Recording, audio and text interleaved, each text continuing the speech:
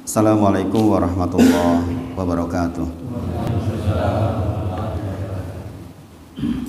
Alhamdulillahi haqqa hamdi nahmaduhu wa nasta'inuhu wa nastaghfiruh wa na'udzu billahi min syururi anfusina wa min sayyiati a'malina may yahdihillahu fala mudhillalah wa may yudlilhu fala hadiyalah.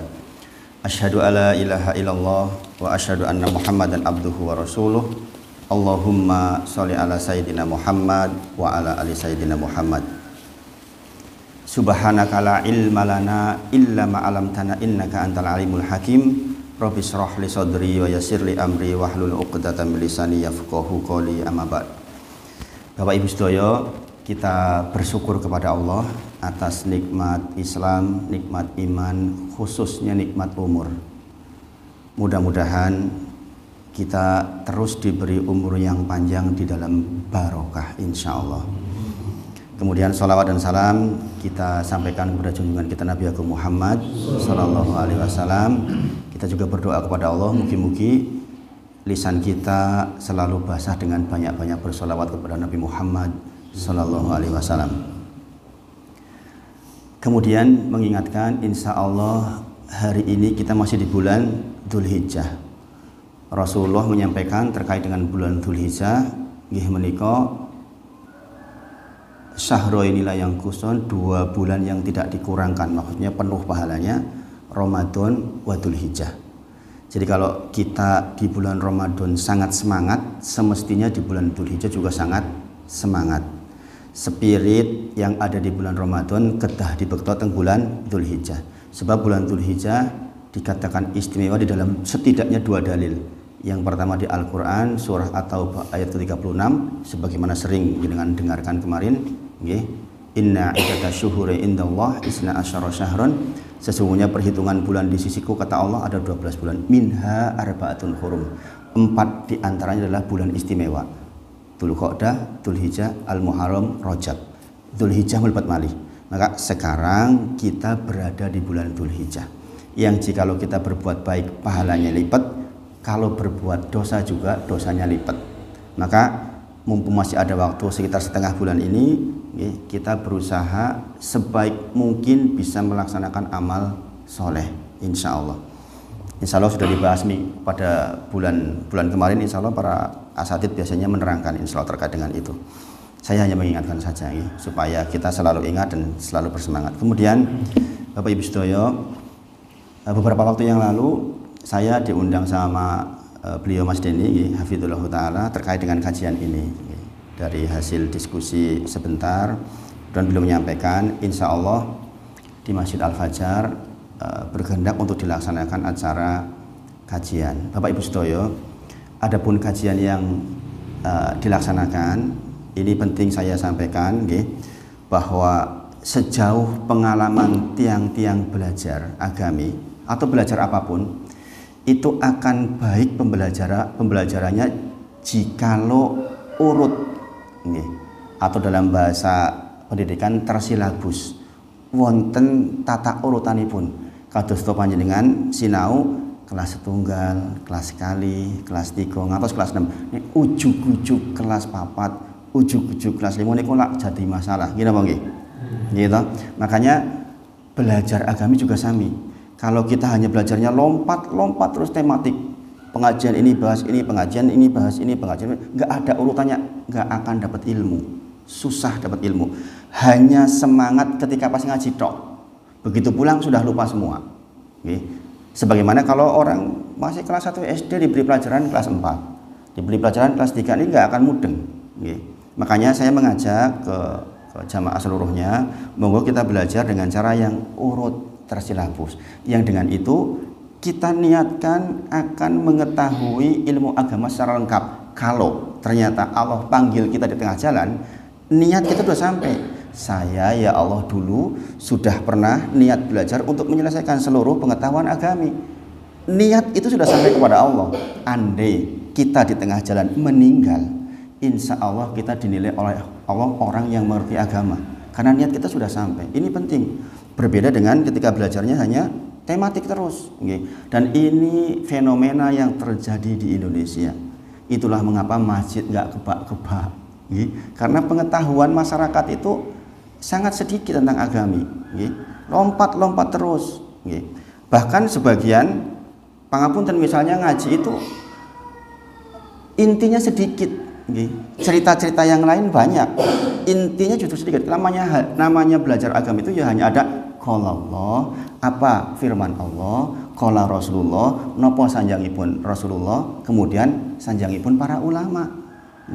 Bukan kata saya, bukan kata Pak Wahid, bukan kata Pak Kiai, bukan. Maka kalau seperti itu jenengan akan mendapatkan ilmu yang baik insya Allah. Nah, ini pengalaman saya ketika saya dulu juga begitu. Kalau jenengan tanyakan apa sih latar belakang saya dulu sekolahnya di Teknik Kimia UGM. Boten enten hubungan kali agama sama sekali. Apa hubungannya teknik dengan kegiatan agama? Enggak ada sebenarnya. Tapi ketahuilah, di angkatan saya saja dulu di UGM itu banyak sekali yang akhirnya sekarang berkecimpung di dalam dunia dakwah. Jadi artinya tidak masalah latar belakang kita apa, kalau kita niat belajar insya Allah sakit. Bagaimana pola belajar saya dulu? Saya belajar setiap Sabtu dan Minggu. Jadi saya izin sama istri saya mau belajar serius setiap Sabtu dan Minggu di Mahad. Jadi mulai ba'da subuh ngantos maghrib, Minggu juga ba'da subuh ngantos maghrib, istirahatnya cuma sholat saja. Itu berjalan bertahun-tahun. Nah, dari pengalaman itu saya berpikir semestinya masjid-masjid juga menerapkan pola seperti itu, meskipun hanya seminggu sepindah misalnya, tapi urut, tata belajarnya itu urut. Sepindah malih keuntungannya, kalau jenengan sudah niat urut, insya Allah kalau jenengan meninggal sudah dinilai sampai pengetahuan jenengan agami. Ini keuntungan, ini keuntungan. Inilah hebatnya Islam, karena niat itu sudah dipegang oleh Allah Subhanahu wa taala, insya Allah. Kemudian Bapak Ibu sedaya, jadi sepindah malih model pembelajaran kita insya Allah tersilabus. Nanti jenengan saya kasih lembaran-lembaran kitab. Sebenarnya ini ada kitabnya, nanti insya Allah saya kasih lembaran-lembaran untuk jenengan pegang, kita baca bersama. Nek corotan pondok itu adalah sorogan. Sorogan itu jenengan maos, saya maos, jenengan maos, nanti diartikan, kemudian dimaknai. Sehingga jenengan kondur niku, oh ya niki mau bar belajar niki, di rumah saged dibuka ulang. Mboten kondur wis ilang mau belajar apa toh? Oh mau oke guyune, misalnya seperti itu. Oke lucu nggih napa? Rasulullah menyampaikan siapa yang banyak sekali tertawanya akan qaswatul qalbi. Ini Rasulullah yang ngendika. Qaswatul qalbi itu keras hatinya. Dia nggak mudah tersentuh, nggak mudah untuk ibadah dengan baik. Makanya secukupnya kita melaksanakan kajian seperti ini. Memang kalau dengan Pak Wahid mungkin tidak akan banyak hal-hal yang terkait dengan keguyon itu nggak banyak, karena memang belajar itu nggak begitu yang diajarkan Rasulullah.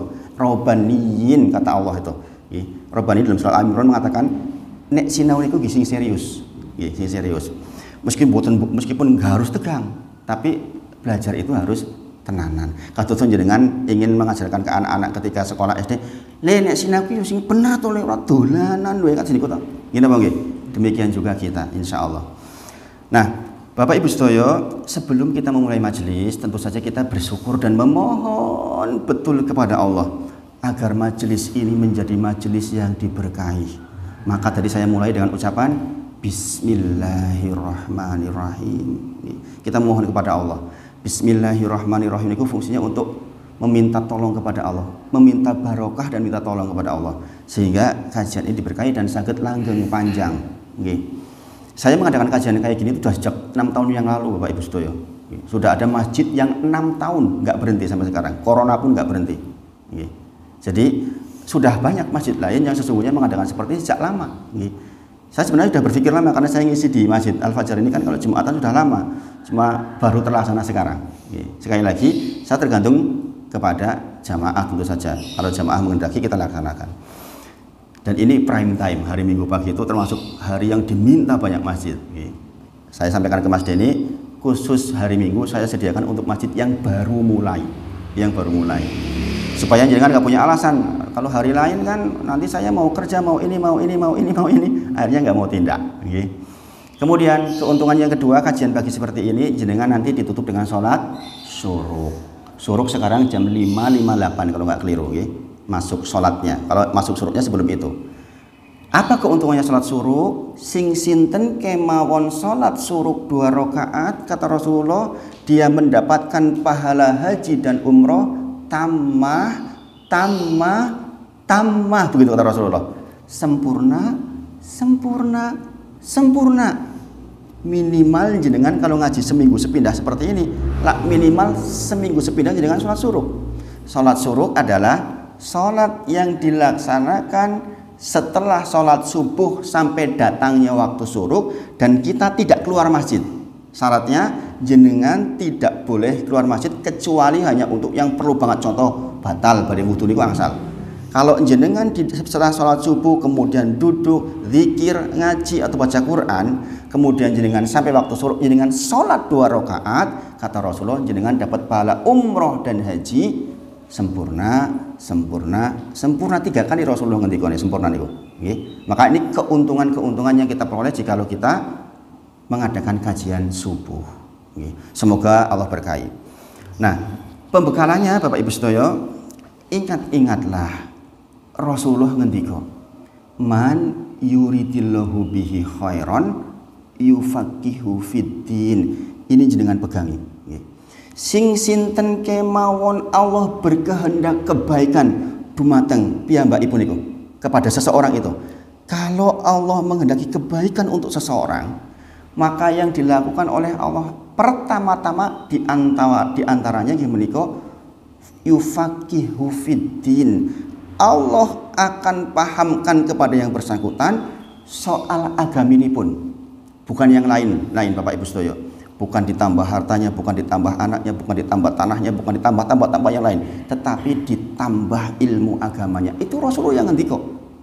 Nanti setelah kita belajar akan tahu. Orang yang sudah belajar itu ketika mendengar sabdanya Nabi Muhammad SAW hanya ada 4 di dalam pikirannya. Nanti ada pembelajaran khusus tentang itu. Kita mengucapkan asyhadu anna Muhammadan Rasulullah. Saya bersaksi bahwa Nabi Muhammad adalah utusan Allah. Nyedala kan seperti itu jadi Islam. Gitu. Jenengan supados jadi Islam kan mengucapkan asyhadu alla ilaha illallah wa asyhadu anna Muhammadan Rasulullah. Gini apa nggih? Nah, itu ada konsekuensinya, mboten namung sanjang. Nek jenengan sanjang bersaksi Nabi Muhammad utusan Allah berarti ada 4. Salah satunya membenarkan apa yang dikabarkan. Paham maksudnya nggih? Membenarkan, meyakini nopo sing digabaraken Rasulullah. Contoh niki, man yuridillahu bihi khairan, sing sinten kemawon Allah kehendaki kebaikan, maka ingkang sepindah dilakukan oleh Allah kepada yang bersangkutan nggih menika memahamkan persoalan agaminipun. Mengapa begitu Bapak Ibu sedaya?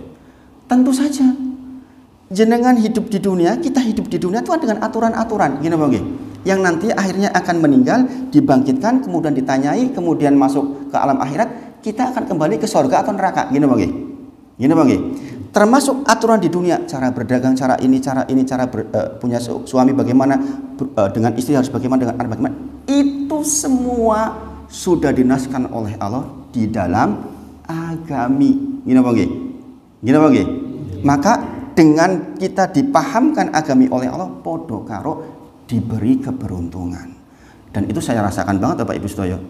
Setelah saya belajar agami, kehidupan menjadi lebih tentrem. Sing jenenge masalah tetap wonten, tapi masalah itu dikasih solusi oleh Allah. Itu kan yang penting. Gini apa nggih? Enggak mungkin kita lepas dari masalah, tapi yang penting masalah dikasih solusi sama Allah. Gini apa nggih? Makanya sering saya gambarkan, kados ton jenengan kalau jenengan disuruh ngangkat beban, nggih. Beras misalnya nggih. Jenengan ngangkat beras 25 kilo mungkin menjenengan tersikiat nih, atau 20 kilo atau 10 kilo lah enteng set. Kemudian dikasih 25 kilo tersikiat, dikasih 50 kilo mungkin pun abot banget. Demikian juga masalah. Jenengan mungkin masalahnya sebenarnya kecil, tapi karena kita nggak diberi kemampuan untuk mengangkat, jadi abot. Sebab mboten ngertos ilmunya maksudnya. Jenengan dapat masalah hidup, menurut orang lain masalah itu enteng banget. Tapi karena jenengan nggak punya ilmunya, wabot banget. Dengan soal yang sama seseorang nggak mengeluh, dengan soal yang sama orang yang lain mengeluh terus. Nah, agami itu memandu kita agar jauh dari keluhan. Insya Allah, kalau kita sudah belajar agami sungguh-sungguh, hidup ini terasa sangat ringan. Karena apa? Semua soal itu ternyata ada solusinya. Contoh, jenengan sakit, demam. Kalau kita nggak tahu ilmunya, kita mungkin akan menggerutu, ngopo to dadak loro barang ini dadi ora penak, ngopo-ngopo ora penak, ngopeni anak ora penak, ngopeni bojo ora penak, arep mangkat kerja ora penak, kan begitu. Tapi Rasulullah ngendika, kalau jenengan tahu ini, jenengan akan bersyukur. Kata Rasulullah, wala tasubil humma, jangan celak demam, jangan celak penyakit, kata Rasulullah. Fa innaha, sesungguhnya penyakit itu membersihkan dosa-dosa kita, kama sebagaimana kiru khobatal hadid. Kir niku napa? Kikir niku lho. Seperti kir menghilangkan karat besi. Karat besi niku lah angel dibersihi. Gini apa nggih? Seseorang yang diberi sakit itu dosanya hilang sebagaimana karat yang nempel di besi itu. Bersyukur buat jenengan. Bersyukur terus, oh ya Allah, saya bersyukur masih dikasih sakit. Yang dengan sakit itu dosa-dosa saya gugur. Terus tentrem. Gini apa nggih? Beda dengan yang nggak tahu. Wah, ini ngopo lah, sama nyebeli macam-macam. Gitu. Maka kita bersyukur dengan sekali lagi ilmu. Maka pindah lagi balik, man yuridillahu bi khairan yufaqihu fiddin. Nah, pagi ini kita di dalam usaha menuju ke situ. Kita belajar dalam rangka untuk yufaqihu fiddin, agar kita paham soal-soal agami, yang dengan itu kehidupan kita akan menjadi baik dan beruntung. Pindah nomor kali, thalabul ilmi faridatun ala kulli muslimin wa muslimatin. Mencari ilmu itu memang kewajiban bagi kaum muslimin dan muslimah. Meskipun jenengan nggak mau ini, saya nggak mau belajar megah, ngopo sinau kesel, isuk kudu njagong, kudu ngrungokke ustaz. Ketahuilah Rasulullah ngendika, mencari ilmu itu memang kewajiban, nggak punya pilihan kita, bukan sunnah. Wajib buat kita mempelajari ilmu, baik laki-laki maupun perempuan. Cobi, berarti orang-orang yang nggak belajar sama juga dengan menggugurkan atau menghilangkan kewajiban. Sangat dipahami Pak Ibu sedaya. Nah, terus jenengan kok merasa berat, lah iki kewajiban nih. Kalau saya mau berangkat berat, niki kewajiban. Sekali lagi, ketika kita mengucapkan wa ana Muhammad dan Rasulullah, maka kita tahu bahwa yang dibawa pasti benar, karena tidaklah Rasulullah menyampaikan kecuali wahyu. Rasulullah ngendika, thalabul ilmi faridatun ala kulli muslimin wa muslimatin. Memang kewajiban buat kita untuk belajar. Nggih. Bapak Ibu sedaya, tentu beda antara orang yang sudah belajar dan belum belajar. Beda, nanti jenengan akan merasakan setelah 1, 2, 3, 4, 5 setahun akan sangat berbeda kehidupan jenengan. Nggih. Karena yang mengubah cara pandang kita itu ilmu, bukan yang lain. Coba, orang boleh bertambah harta sangat banyak tanpa ilmu, raka-rukaruan hidupnya. Nggih, enggak barokah. Nggih. Kemudian yang ketiga, saya sampaikan 3 hadis untuk terkait dengan semangat kita belajar. Majtama'a qaumun, tidaklah berkumpul suatu kaum, orang-orang pada berkumpul seperti ini. Fi baitin min buyutillah, di antara rumahnya Allah, masjid maksudnya. Berarti kita sekarang tidaklah sekumpulan suatu kaum berkumpul di salah satu rumahnya Allah. Yatsluna kitaballahi, kemudian di dalam masjid itu dia yatsluna kitaballahi, membacakan kitabullah. Itu yang saya sanjang. Coba hadisnya jelas banget toh. Bukan yatsluna yang lain-lain, bukan membaca yang lain-lain, tapi membaca kitabullah. Qala Allah, qala Rasulullah, qala sahabat. Bukan kata saya, bukan kata kiai, bukan. Kemudian wayatadarasunahu bainahum, kemudian di antara mereka saling mengingatkan kebaikan. Inilah saling mengingatkan kebaikan. Illa, kecuali kepada mereka semua ini yang akan jenengan dapatkan.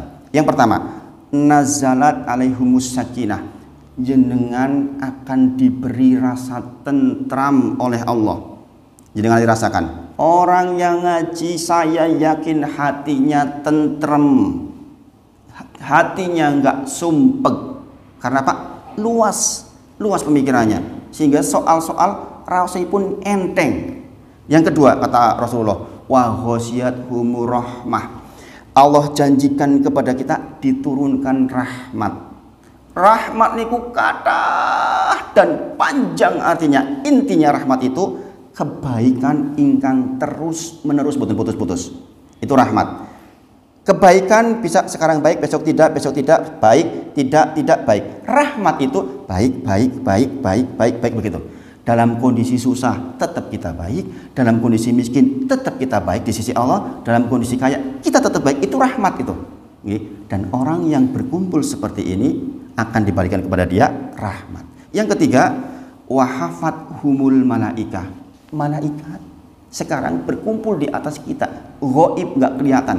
Tapi Rasulullah sampaikan mereka mengitari di sini dalam rangka apa? Menunggu doa-doa jenengan. Jenengan sambil bermajelis berdoa boleh. Memohon di hati, ya Allah, saya mohon kepada panjenengan supaya anak saya jadi anak yang soleh. Doanya jenengan diangkat oleh para malaikat menuju kepada Allah. Jadi sekarang kita disaksikan para malaikat. Ini Rasulullah yang mengabarkan. Sekali lagi, kalau Rasulullah yang mengabarkan, kita wajib percaya dan yakin. Karena memang itulah syahadat kita. Asyhadu alla ilaha illallah wa asyhadu anna Muhammadan Rasulullah. Kemudian yang terakhir, wa dzakarohumullahu fiman indah. Ini yang paling penting. Allah membangga-banggakan jenengan di hadapan makhluknya yang mulia. Para malaikat mengitari Allah. Allah katakan, tuh si fulan sedang duduk bermajelis, dibangga-banggakan di sisi Allah. Bayangkan kalau kita dihargai Pak RT saja, Pak Camat saja, Pak Bupati saja, kita sudah senang gini bang. Dipanggil ke kecamatan, ditelakkan di Bandung, inilah orang yang berprestasi, senang banget gini bang. Ini yang membangga-banggakan jenengan, zat yang menciptakan jenengan, yang memberikan rezeki pada jenengan, yang membuat kita bisa bernafas, yang membuat kita bisa melihat, yang membuat anak-anak kita sehat, yang membuat lingkungan kita aman. Masya Allah. Mengatakan wa dzakarohumullahu fiman indah. Itu loh si fulan sedang duduk bermajelis. Masya Allah.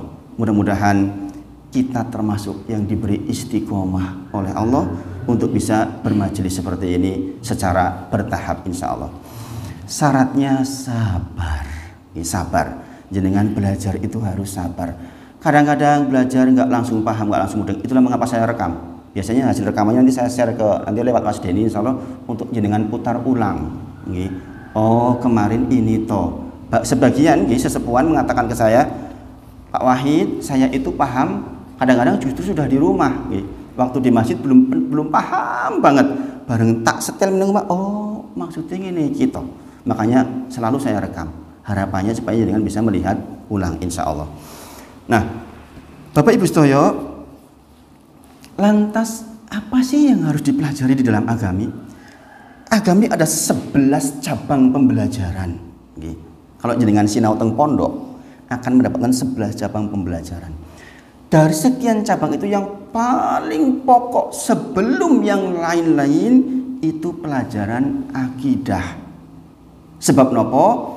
Akidah itu yang akan menyelamatkan kita.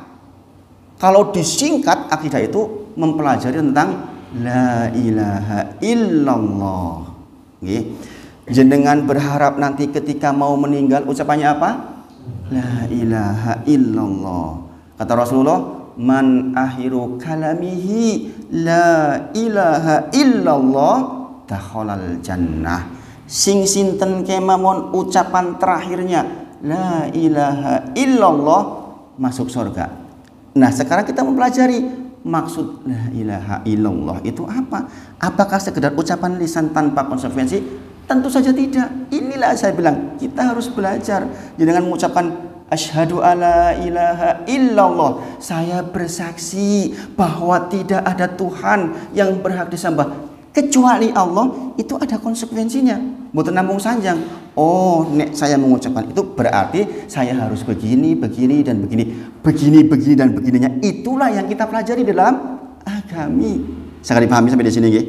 Ada pelajaran fikih, tata cara sholat, tata cara wudhu, tata cara berhubungan sama istri, tata cara mendidik anak, itu fikih. Nanti berikutnya ada bab tentang adab dan akhlak. Setelah kita mempelajari kitab akidah, baru kita ke adab dan akhlak. Contoh tentang adab.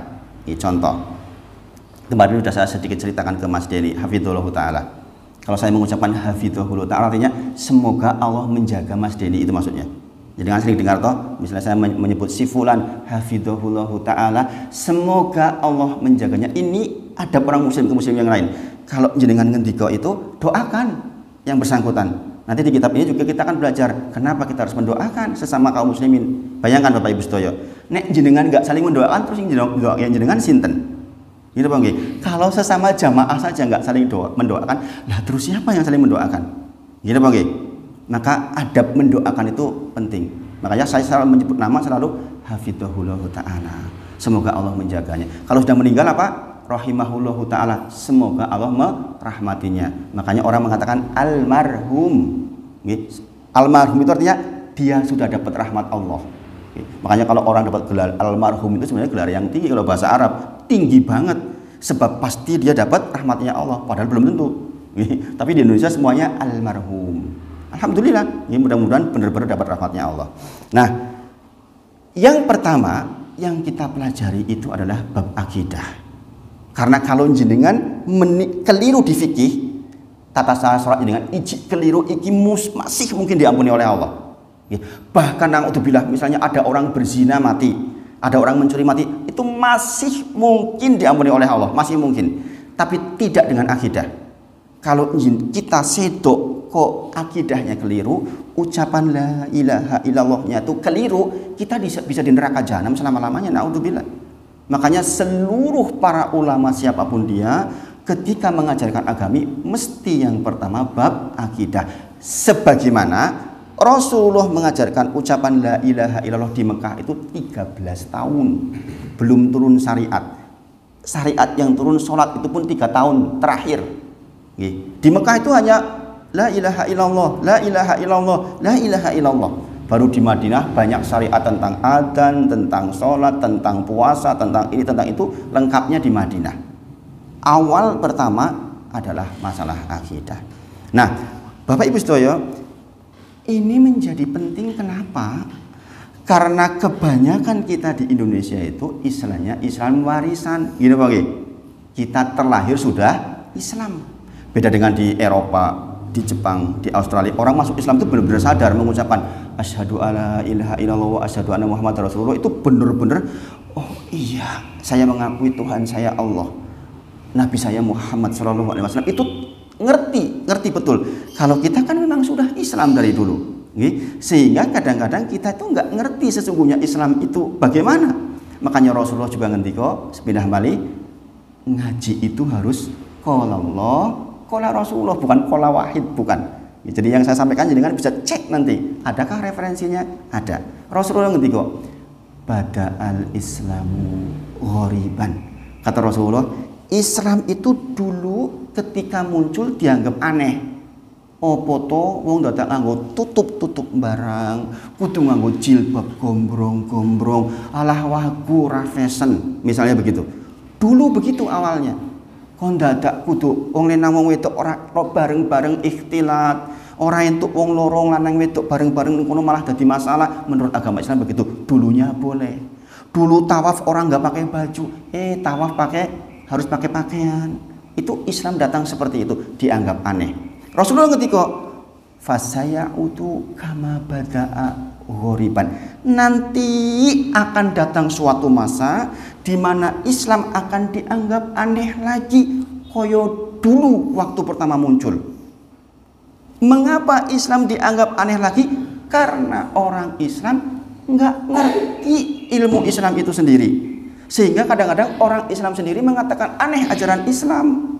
Gini Bang, mosok ada seorang dokter mengatakan wis kaji ki rasanya Mekah, ngopo buang-buang duit rono hambok nang Indonesia wae. Bayangkan, ini yang mengatakan dokter loh. Ada lagi seorang profesor mengatakan jilbab ki ora wajib. Gini Bang, bayangkan kita yang orang awam. Lah, sing profesor wae kondok kaya ngono kuwi ahli tafsir loh. Jangan-jangan bener yo, bayangkan. Makanya dikatakan fasaya utu kama bada ghoriban.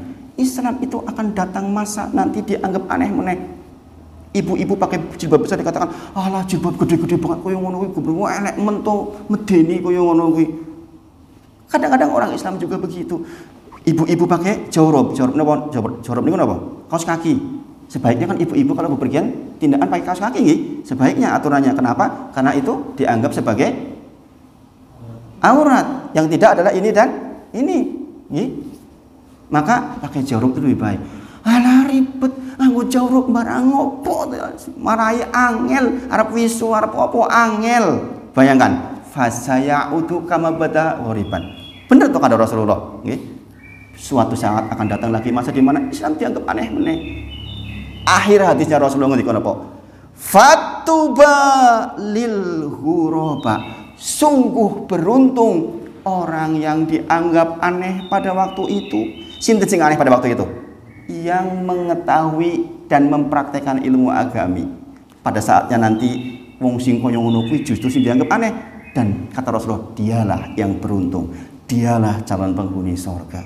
Siapa yang bisa begitu? Tiang ingkang belajar seperti ini. Man yuridillahu bi khairan yufaqihu fiddin. Siapapun yang dikehendaki kebaikan, keberuntungan di dunia dan di akhirat, maka Allah akan pahamkan kepada dia agama ini pun. Bagaimana cara paham? Belajar. Tidak ada cara lain. Kedah belajar. Sampai di titik ini Bapak Ibu paham nggih yang saya sampaikan? Paham nggih? Saya terlalu cepat mboten? Cukup nggih? Cukup insya Allah. Ini masih pembukaan nggak apa-apa. Kalau materinya nanti lebih lambat. Kalau jenengan kok terasa masih terlalu cepat, nanti dibuka lagi videonya. Nanti saya share insya Allah. Oh kemarin ini itu kan bisa diulang-ulang. Ya, jenengan download aja sekali. Nek download pindah kan butuh kuota pindah. Butuh kuota banyak maksudnya. Jenengan tak share videonya, nanti di download sekali. Habis itu diulang-ulang. Itu cara belajar saya. Kalau saya saja yang masih agak mudah ngulang-ulang, saya mulai jenengan yang lebih sepuh. Kan betul langsung mudeng. Hebat banget jenengan langsung mudeng. Saya saja butuh puluhan kali kadang-kadang untuk diulang lagi. Itu bahasa agamanya dimurojaah. Diulang, dibaca, diulang. Oh maksudnya ini gitu. Dengan itu jenengan paham insya Allah. Sekali dipahami ini insya Allah nggih. Jam berapa sekarang? Ya, cukup waktunya. Jadi nanti kita belajar sampai waktu syuruk tiba. Nggih. Setelah itu kita sholat 2 rakaat sendiri-sendiri tidak berjamaah dan pahalanya jenengan sudah tahu. Nggih. Nah, jadi kita akan belajar bab akidah. Bagaimana metode belajar kita? Nih, saya selalu menyampaikan di banyak masjid. Nih, metode pembelajaran terbaik menika metode pembelajaran dengan panduan kitab. Nih, mboten melompat katut jenengan lar SD enten tema 1, tema 2, tema 3 kan kados niku. Ujuk-ujuk tema 5 lah yang bingung bocah. Ngene Bang nggih. Demikian juga ngaji seperti itu sama. Belajar dari kitab yang paling ringan. Ini kitab cuma 39 halaman. Tipis. Tapi kalau jenengan paham ini, insya Allah permukaan tentang akidah jenengan sudah paham. Maksud dari la ilaha illallah jenengan sudah paham insya Allah. Apa yang dipelajari pertama? Kita akan pelajari 3 hal. 3 hal. Di bab akidah ini kita akan mempelajari 3 hal. Yang pertama, mempelajari tentang ma'rifatullah. Apa ma'rifah? Mengenali Allah Subhanahu wa ta'ala. Mengapa kita harus menyembahnya? Siapakah Allah itu? Bagaimana kita mengenali Allah? Itu akan dipelajari di bab ma'rifatullah. Sehingga kita pantas Allahu Akbar menyembah kepadanya. Enggak ada pilihan selain Allah yang disembah. Itu ma'rifatullah. Yang kedua, kita akan mempelajari tentang ma'rifatu dinil Islam bil adillah. Mengenali, mempelajari agami Islam dengan dalil-dalilnya. Dengan belajar itu jenengan dados tahu dalilnya, mboten namung oh katanya mbahku ndek ngene iki kok. Katanya ibu saya dulu begini kok, katanya Pak Kiai begini. Bukan begitu cara belajar agami. Yang benar adalah jenengan mendengarkan kiai, jenengan mendengarkan guru untuk menyerap apa yang disampaikan. Lah jenengan mengikuti dalilnya. Kalau kiai bisa keliru masalahnya, gini Bang. Tidak jarang kok jenengan, oh kiai kok iji mabuk, pernah dengar seperti itu? Oh kiai kok iji medok, pernah dengar seperti itu? Standar kita itu bukan kiainya, bukan ustadznya, bukan Pak Wahid yang jadi standar sama sekali. Jenengan jangan mengikuti saya, tapi mengikuti apa yang disampaikan bener napa mboten ditimbang. Sangat dipahami nggih? Jangan pernah mengkultuskan guru. Nggih. Saya juga tidak perlu jenengan hormati berdebat, enggak perlu. Nggih. Yang perlu jenengan lakukan adalah hormati ilmunya. Sangat dipahami nggih?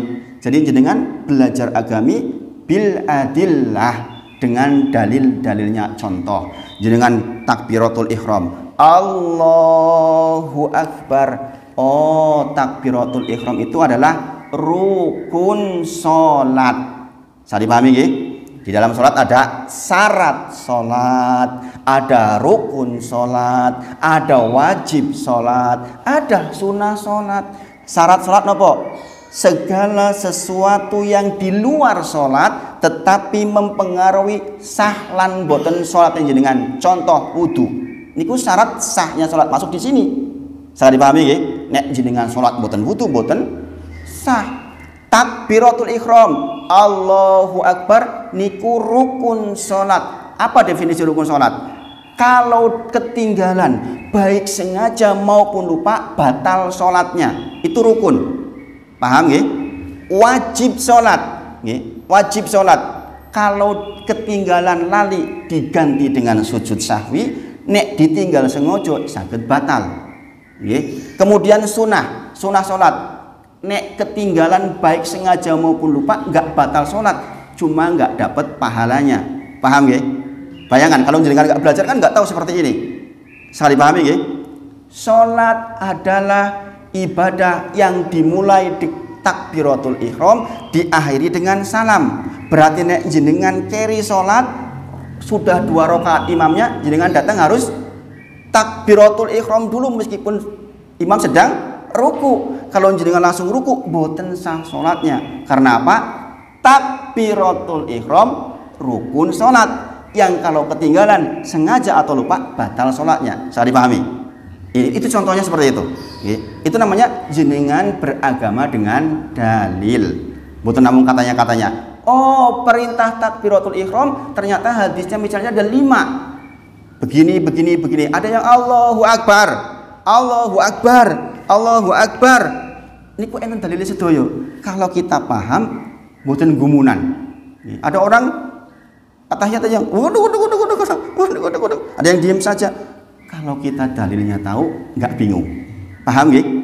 Jadi tujuan kita belajar itu agar paham dan tidak mudah ngejat ke orang lain. Orang yang sudah belajar insya Allah nggak gampang nyalah ke wong liya. Karena apa? Karena tahu ilmunya. Kemudian yang ketiga, kita akan ma'rifatun nabiyyihi. Kita akan belajar mengenali Nabi kita, Nabi Muhammad Sallallahu Alaihi Wasallam secara singkat. Nggih. Dan ketahuilah Bapak Ibu sedaya, kita belajar muter-muter kemanapun sampai ke universitas, belajar agami tidak akan keluar dari 3 hal ini seperti yang akan kita pelajari, yaitu mengenali Allah, mengenali agama ini, mengenali Nabi kita. Nggak akan keluar dari itu. Semua pembelajaran agami larinya yo ke situ. Sangat dipahami? Nah, Bapak Ibu sedaya, dan 3 yang dipelajari ini sekaligus adalah fitnah kubur kita. Fitnah dalam bahasa kita, fitnah itu bahasa Arab nih, artinya apa? Ujian. Fitnah itu bukan fitnah wong, itu bukan. Fitnah dalam bahasa Arab itu artinya ujian. Yang akan kita pelajari niku fitnah kubur kita. Begitu kita masuk ke alam kubur, kita akan ditanya 3 soal ini. Man rabbuka? Siapa Tuhanmu? Siapa Robmu? Maka kita belajar siapa Tuhan kita. Kemudian madinuka, opo agamamu? Gitu. Kemudian man nabiyuka, sinten nabimu? Seseorang yang bisa menjawab 3 pertanyaan ini, kata Rasulullah, selanjutnya lebih mudah. Sayangnya Bapak Ibu sedaya, sayangnya kita akan menjawab di alam kubur bukan dengan hafalan, bukan dengan pengetahuan, tapi dengan iman. Sekali lagi, kita nanti akan bisa menjawab fitnatul kubur, 3 pertanyaan itu yang sekarang kita hafal, itu bukan dengan hafalan kita, bukan dengan pengetahuan kita, tetapi dengan iman kita. Jadi Bapak Ibu sedaya, jenengan belajar mengenali Allah, mengenali Nabi, mengenali agama dalam rangka untuk mengimani, meyakini apa yang dibawa, meyakini apa yang disampaikan oleh Rasulullah, meyakini bahwa yang menciptakan kita itu adalah Allah, yang memberikan rezeki kita itu Allah, bukan makhluk-makhluk yang lain, bukan penjaga gunung, bukan penjaga laut, itu yang memberikan itu semua adalah Allah. Itu maksudnya. Seseorang yang lolos di fitnah pertama ini, kata Rasulullah, selanjutnya akan lebih mudah. Sebab nopo? Sebab awalu manazilil, awal pertama, terminal pertama akhirat itu kuburan kita. Bapak Ibu sedaya, seandainya jawaban itu cukup dengan pengetahuan, mbok menawa non muslim pun saged jawab. Jangan tanyakan kepada orang Kristen misalnya, sinten Tuhannya orang Islam, bisa jawab betul? Saged dia bisa menjawab. Allah. Siapa nabinya orang Islam? Nabi Muhammad. Tahu nggak mereka? Tahu, tetapi mereka di sana nggak bisa jawab. Karena apa? Jawaban pada waktu itu dengan iman. Dan Bapak Ibu sedaya, iman itu hanya bisa diperoleh dengan ilmu. Bisa dipahami? Iman itu, jenengan mengimani itu sebab ada ilmunya. Kalau nggak ada ilmunya, mboten sangat mengimani. Contoh, jenengan tindak pagi seperti ini. Nikilah abot. Lagi adem-adem kudu mangkat sinau, nikulah mboten gampil. Tapi karena ada ilmu yang mendahului bahwa ngaji itu penting, itu ilmu namanya. Ngaji itu penting, berpahala. Maka jenengan mengimani, dengan mengimani jenengan tindak jedek ke masjid.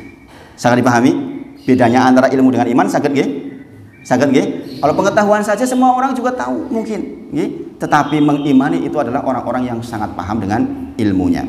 Jadi sepindah malih di bab akidah kita akan belajar 3 hal itu. Nanti insya Allah masing-masing saya bagikan kopiannya. Kalau hari ini nanti terbahas saya bagi sekarang. Kalau enggak ya minggu depan. Nanti dibuatkan seperti ini. Masing-masing megang seperti ini. Sepindah malih yang akan kita pelajari ini sekaligus adalah fitnatul kubur. Dari Al-Bara bin Azib, Rasulullah ngendika, roh kita nanti setelah dinaikkan ke atas akan dikembalikan ke jasad kita dikubur. Kemudian kepada mereka atahu kepada mereka didatangkan malakani 2 malaikat, yang satunya kita kenal dengan nama sama Al-Munkar, satunya An-Nakir. Itu yang akan menanyai kita, siapapun kita. Maka Rasulullah juga ngendika, idza wudi'atil janazah idza wudi'atil janazah fahtamalah rajulu ala a'naqihim. Jikalau jenazah di antara kita nanti meninggal, kemudian sudah diangkat ala a'naqihim, ke pundak-pundak orang yang mau mengantar. Kalau zaman sekarang pakai apa? Pakai mobil jenazah ya. Kalau dulu kan diangkat gitu, atau pakai bandosan gitu. Kalau sekarang masuk gitu. Kalau sudah di situ, kata Rasulullah, fa in kanat solihatan, jikalau orang itu adalah orang soleh, kalau orang yang diangkat itu orang soleh, dia akan mengatakan kolaj qaddimuni, kek cepet begitu bahasanya, pengen segera dikuburkan. Itulah mengapa kalau kaum muslimin meninggal segera dikuburkan. Jangan tunggu yang di Papua, di Australia nunggu balik anak mesak ya. Karena dia selalu mengatakan qaddimuni, kek cepet. Kemudian wa in kanat ghairi sholihatin, jikalau yang diangkat itu bukan orang yang soleh, qalat, dia berkata, ini perkataan ini menakutkan ya. Ya wailaha, sungguh celaka aku. Ya wailaha, sungguh celaka aku. Aina yadhabuna biha, saya akan dibawa kemana? Itu orang yang tidak beriman itu begitu. Sungguh celaka saya mau dibawa kemana? Sudah stres pertama. Kalau yang tadi yang pertama apa yang soleh? Qaddimuni, cepat, dia udah tahu bakal bahagia. Jadi begitu jenengan diangkat pun sudah tahu akan bahagia atau tidak, itu sudah tahu. Orang yang tidak soleh mengatakan aina yadhabuna biha, saya mau dibawa kemana? Karena orang ini bakal calon orang yang nggak bisa jawab pertanyaan tadi. Kemudian yasma'u sautaha, semua yang ada di dunia ini di sekeliling orang itu, mayat itu, mendengar ucapannya, illal insan, kecuali manusia. Jenengan boten saged mireng. Seandainya jenengan saged mireng, kata Rasulullah, sa'iqah, jenengan dipastikan pingsan atau bahkan ikut meninggal. Saking beratnya pada waktu itu. Saking beratnya pada waktu itu. Maka sepindah malih mempelajari tentang 3 hal ini menjadi hal yang sangat penting untuk kita pahami. Wong kita mendapatkan siksa dunia aja susahnya luar biasa. Gini wong jenengan keseromot nopo udut nih lagi loro banget. Lah ini tuh pertanyaan ini kalau kita nggak bisa jawab, kita akan dapat azab kubur. Jadi di kuburan selalu ada 3 ini, yaitu ada fitnah kubur, ada azab kubur, ada nikmat kubur. Sing sinten kemawon saged menjawab fitnah kubur, maka dia akan menjawab nikmat kubur. Yang nggak bisa menjawab akan dapat siksa kubur. Nah Rasulullah ngendika, ini hadisnya yang saya sampaikan tadi, hadisnya begini. Fayujlisanihi, ketika kita masuk ke kuburan kita akan didudukan oleh Allah. Didudukan, kemudian fayakulani lahu. Kemudian kita akan ditanyai oleh malaikat. Apa pertanyaannya? Sepindah malih saya ulang. Yang pertama, man rabbuka, siapa Tuhanmu, siapa Robmu. Fayakul, orang beriman, sekali lagi, orang beriman akan mengatakan Rabbiyallah, Rob saya adalah Allah. Fayakulani lahu, kemudian ditanya lagi, madinuka, opo agamamu. Fayakul, orang beriman akan mengatakan dinil Islam, agama saya agama Islam. Fayakulani lahu, kemudian ditanya lagi oleh 2 malaikat. Pertanyaan berikutnya adalah mahada rajulun alladzi bu'isa fikum, siapa laki-laki yang diutus kepadamu. Fayakul, orang beriman akan mengatakan huwa Muhammad sallallahu alaihi wasallam, dia adalah Muhammad sallallahu alaihi wasallam. Ini berlaku untuk orang yang beriman. Yang iman itu hanya bisa diperoleh dengan ilmu. Yang ilmu itu bisa diperoleh dengan belajar. Sangat dipahami ya?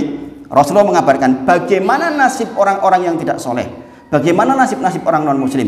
Mereka ditanya, fayakulani lahu man rabbuka, jawabannya Pak, fayakul, mereka mengatakan ha la adri. Itu bahasa Arab ya. Aku kurang ngerti, gitu maksudnya. Kemudian ditanya lagi, apa agamamu? La adri. Demikian juga ditanya, siapa orang yang diutus untukmu? La adri. Kata para ulama, mereka di sini sudah sangat menderita. Kenapa menderita? Dulu di dunia aku pernah krungu wong sing diutus kae jenenge sapa ya? Itu menderita banget. Mereka lah pernah dengar dari kita orang Islam. Gini apa nggih? Seperti halnya jenengan ditanya sesuatu misalnya, Bu, itu kemarin jenengan meletakkan emasnya di mana? Jenengan pernah kelingan ning kono ning sebelah endi yo? Niki lak mumet mriki. Gini apa nggih? Ir gitu toh? Gini apa nggih? Ingin mengatakan tapi nggak bisa. Jenengan pernah merasakan boten? Pengen ngomong sesuatu jane ngerti, ini ora iso kuwetu. Pernah merasakan? Kira-kira seperti itu keadaan orang-orang non muslim pada waktu itu. Maka mereka mengatakan embuh lah, kira-kira begitulah. La adri. Kula mboten ngertos, saya nggak tahu. Jadi produk kita belajar nanti insya Allah di samping keuntungan dunia yang akan kita peroleh dengan belajar, juga akan mendapatkan keuntungan kubur dan akhirat. Allah berfirman di dalam surah Ibrahim ayat ke-27, jenengan catat nih, surah Ibrahim ayat ke-27. Ini janji Allah untuk kita orang yang beriman. Yang beriman itu diperoleh dengan ilmu, yang ilmu itu dengan belajar. Allah sabtu pangandika, yusabitullahu ladzi bil qauli sabit fil hayati dunya wa fil akhirah. Surah Ibrahim ayat ke-27. Allah berjanji Allah akan mengokohkan bil qauli sabit. Qaul itu perkataan. dengan kalimat yang sabit, yang kokoh. Fil hayati dunia, ketika orang beriman itu hidup di dunia, kapan itu? Ketika jenengan hendak meninggal. Bil qauli sabit, Allah akan mudahkan jenengan mengucapkan la ilaha illallah, tondo yang jenengan husnul khotimah. Nggih. Kemudian fil hayati dunia wa fil akhirah, dan di akhirat juga akan qauli sabit, kokoh kalimatnya karena dipandu oleh Allah. Kapan itu? Termasuk diantaranya ketika ditanya di alam kubur, jenengan akan mudah menjawab. Yang dengan itu jenengan akan dipaparkan, diperlihatkan surga setiap pagi dan petang. Seseorang yang berhasil menjawab ini, maka jenengan sudah melihat tempat tinggal jenengan di surga, mungurung lebu. Tapi sudah diperlihatkan. Kalau kita diperlihatkan hal yang baik, senang apa senang? Senang ya? So, tempatmu nang kono yo mbak, gimbah. Ibu tak senang, gini bang, meskipun kita belum masuk.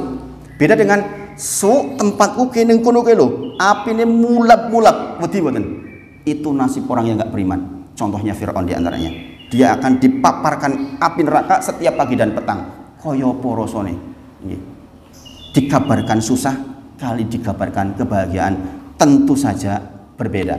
Jam berapa sekarang? 9. Sebentar lagi. Nah. Jadi kembali Bapak Ibu Sedoyo, insya Allah metode pembelajaran kita dengan basis kitab. Hari ini sepertinya kita belum membahas itu, karena ini masih mukadimah. Intinya pembelajaran kita adalah terstruktur, urut-urutan. Nah ini contohnya seperti ini. Nanti mungkin jenengan bisa bagikan. Ini hanya 11 kopian.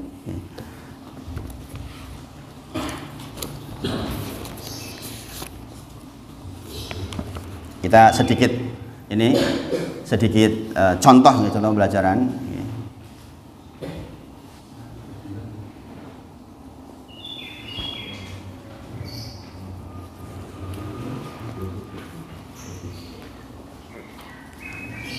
Nah, yang jenengan pegang itu adalah kopian dari salah satu kitab.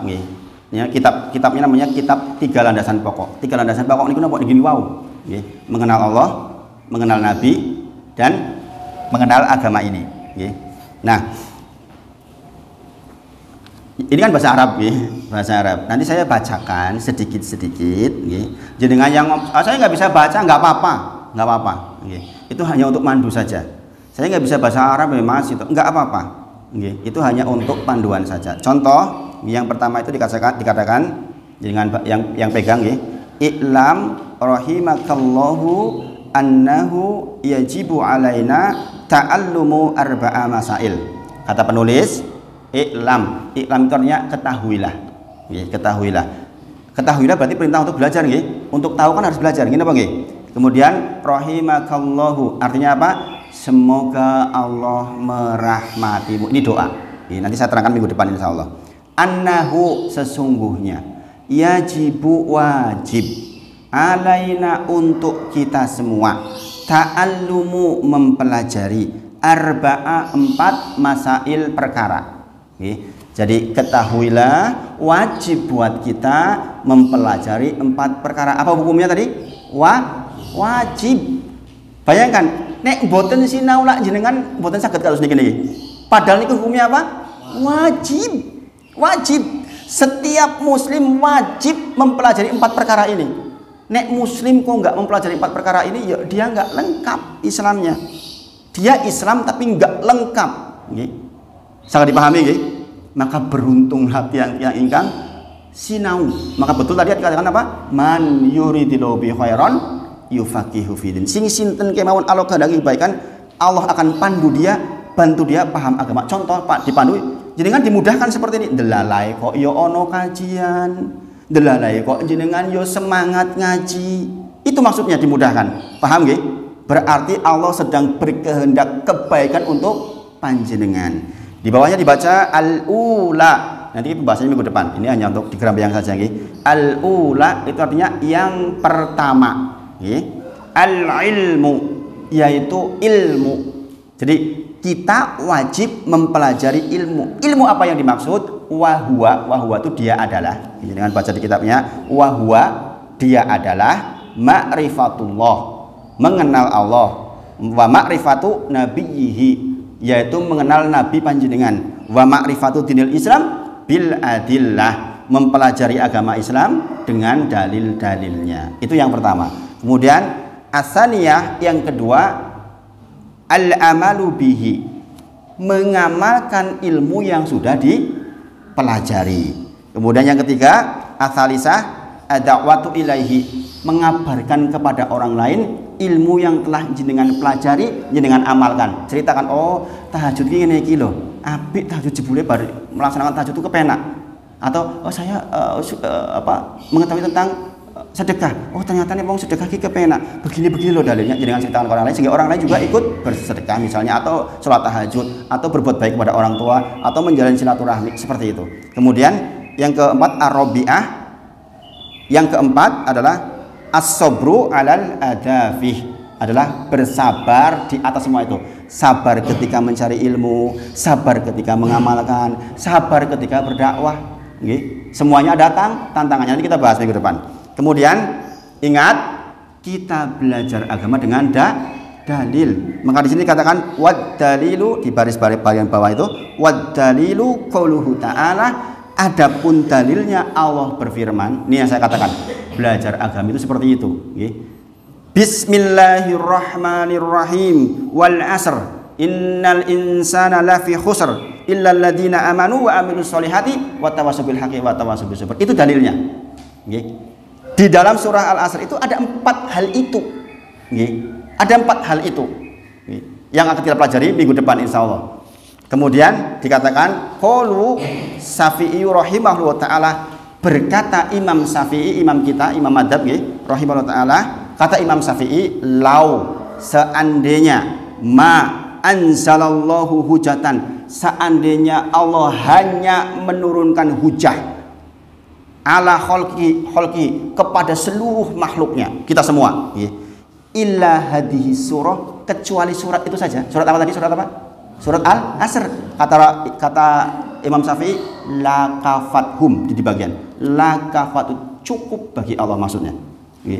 Tentu saja surat-surat yang lain penting, tetapi di sini maksudnya nek Gusti Allah namun menurunkan Al-Asr cukup, maksudnya cukup gimana? Wong wis sinau, wong wis ngamalke, wong wis dakwah, wong wis sabar niku cukup.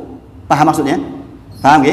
Sampai Imam Syafi'i mengatakan terhadap surat itu seperti itu, la kafathum, sekiranya Allah hanya menurunkan hujah surat kuitok, kata Imam Syafi'i, la kafathum, cukup. Maka betapa pentingnya kita mempelajari detail tentang surat ini. Minggu depan kita akan pelajari.